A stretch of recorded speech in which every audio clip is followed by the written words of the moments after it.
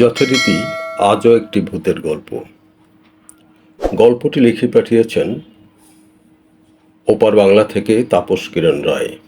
গল্পের নাম টুম লোকটার ভূত।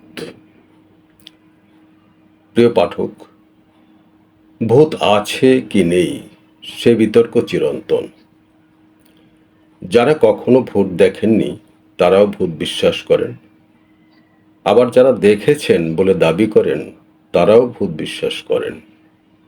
কিন্তু অনেকে আবার মুখে মুখে বলেন না, সে কখনোই ভূত বিশ্বাস করে না।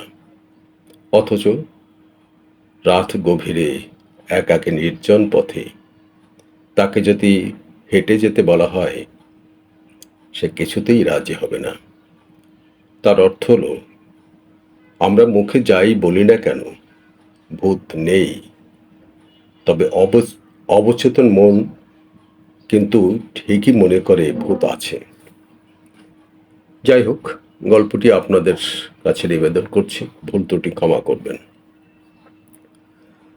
রাত তখন 12টা হবে। হঠাৎ ঘুম ভেঙে গেল। ঘুমের মধ্যে বুঝতে পারিনি, এবার স্পষ্ট শুনতে পেলাম ঘরের বাইরে কেউ যেন কথা বলছে। কান পেতে শোনার চেষ্টা করলাম।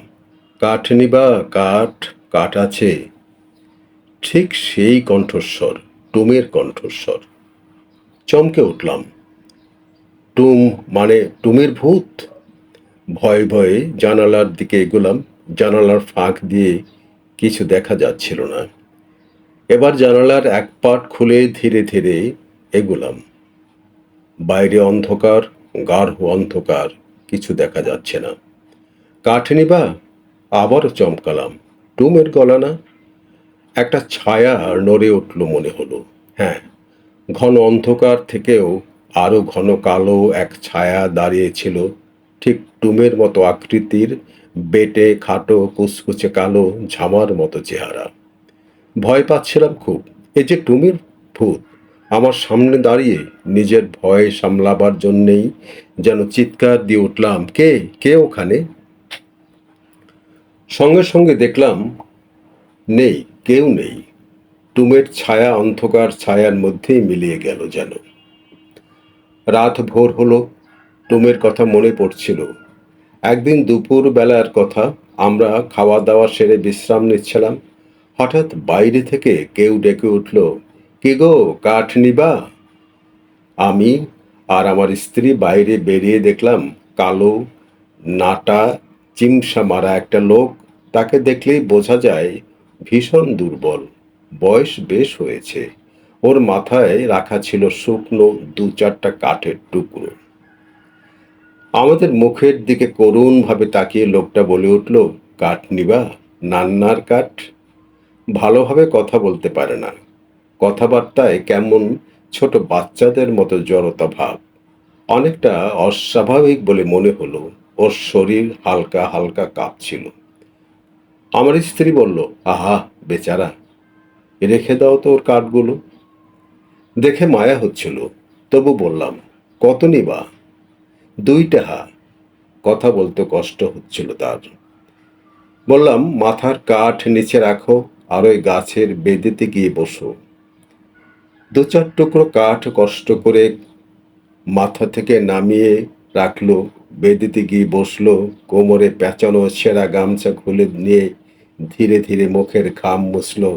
দেখলাম ওর চোখ দুটো লাল লাল, পরনে ময়লা এক টুকরো ধুতি। 2 টাকা নয়, 10 টাকার একটা নোট ওর দিকে বাড়িয়ে দিলাম। ও টাকা হাতে নিয়ে বলল, 2 টাকা তো,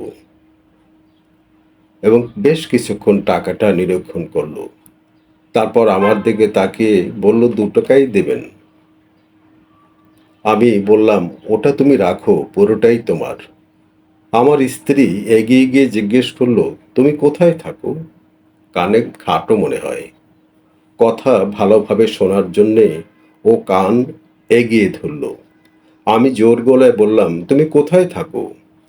লোকটা শুধু তার একটা হাত উপরের দিকে তুলে ঘোরালো। মনে হলো বলতে চাইলো, কে জানে। লোকটার কানের কাছে মুখ নিয়ে গলার স্বর চড়িয়ে ওকে জিজ্ঞেস করলাম, তোমার নাম কি? এবার শুনতে পেল, বলল, টুম টুম।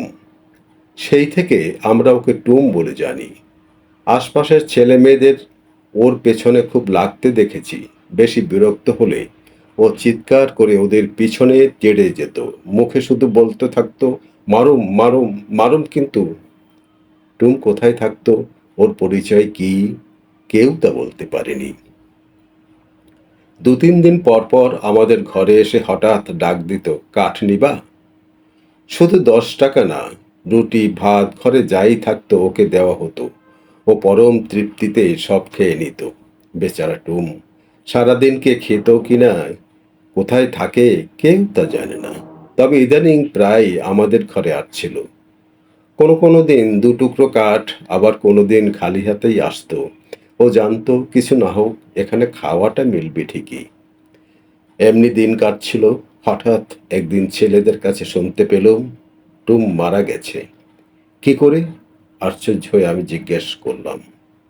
কেউ জানে না। রাস্তায় মরে পড়েছিল। ছেলেদের মধ্যে থেকে একজন বলেছিল। কবে? আমি এবার ব্যস্ত হয়ে প্রশ্ন করলাম। এই তো সকালে, ছেলেটা বলল। তারপর কি হলো? আমি কৌতূহলী হলাম। ছেলেরা বলল, গ্রামের লোক ওকে পুড়তে নিয়ে গেছে।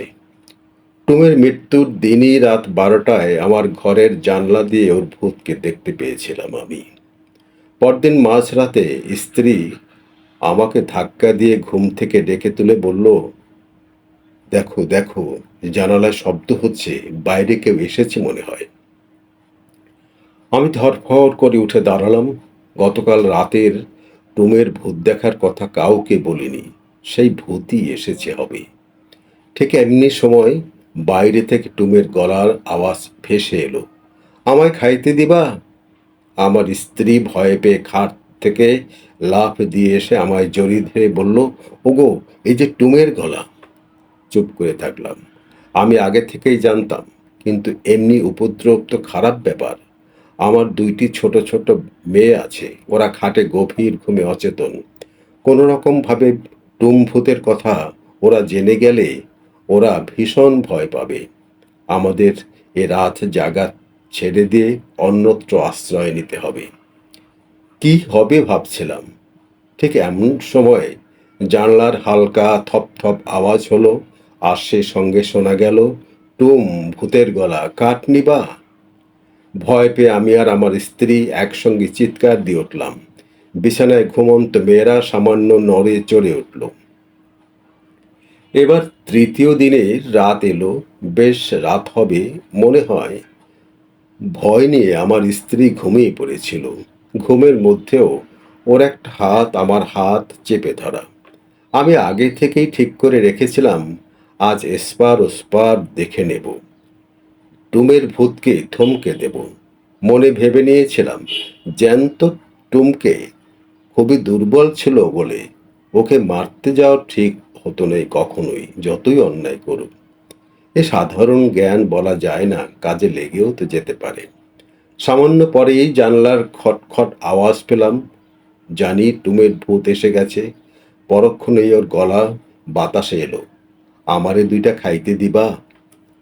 ওর কথা শোনার সঙ্গে সঙ্গে আমি এক ঝটকায় জানালার কাছে চলে গেলাম। গুরু গম্ভীর আওয়াজ করে বলে উঠলুম, খাওয়া নাই, তোর কাঠ আমরা নেব না। আর একবার আসলে কিন্তু তোকে পিটিয়ে মারবো। আমার কথায় স্ত্রী জেগে গেছে। খাটের পাশে দেওয়াল ঘেঁষে বসে বসে কেঁদে ফেলেছিল। কিন্তু এদিকে সব চুপচাপ। টুমের আর কোনো কথা নেই। জানালাতেও আর ধাক্কা দেয়নি। তবু মনে হচ্ছিল সে খুব ভীত, ভীত হয়েই চলে গেছে। আচ্ছা, ভূতটা কি ভয় পায়? গল্পটি পড়ুন, ভালো লাগলে মন্তব্য করতে পারেন। আর যদি মনে করেন এই ধরনের আরও গল্প শুনতে চান, চ্যানেলটিকে সাবস্ক্রাইব করার জন্য অনুরোধ রেখে গেলাম। ভালো থাকুন সবাই।